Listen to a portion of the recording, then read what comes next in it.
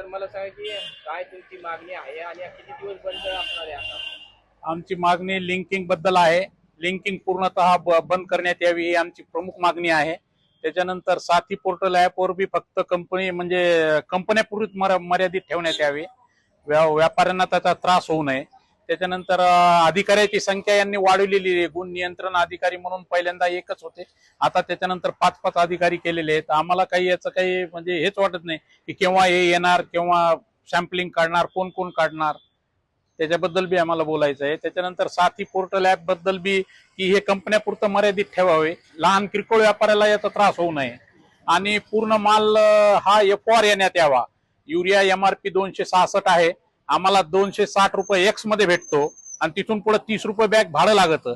300 रुपयाला युरियाच येऊन पडतो, तर आम्ही 266 ला कसा विकणार? याचं पण सर्व याची खुलासा करण्यात यावी. मला नाव सांगा. ओमप्रकाश बद्रीनारायण अग्रवाल, ज्योती ट्रेडर्स, वाटूर फाटा. दादा मला सांगा की कशासाठी तुमचा हा बंद करण्यात आलाय? आम्ही बंद काय झालंय ते आम्हाला कंपन्या खूप फर्टिलायझर सोबत लिंकिंग देत आहेत.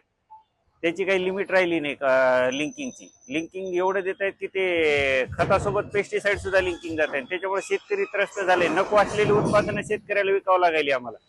आणि दुसरा मुद्दा असा आहे की आम्हाला जे सीलबंद बियाणं भेटतंय ते जर निकृष्ट दर्जाचं निघालं तर त्याच्यामध्ये दुकानदाराला दोषी धरल्या चालले.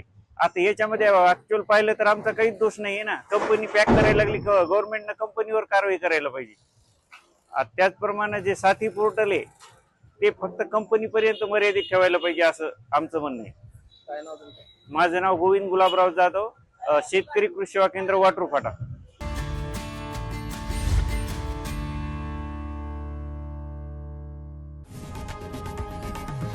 लोकशाही मराठी ऐका, पहा, जागरूक रहा.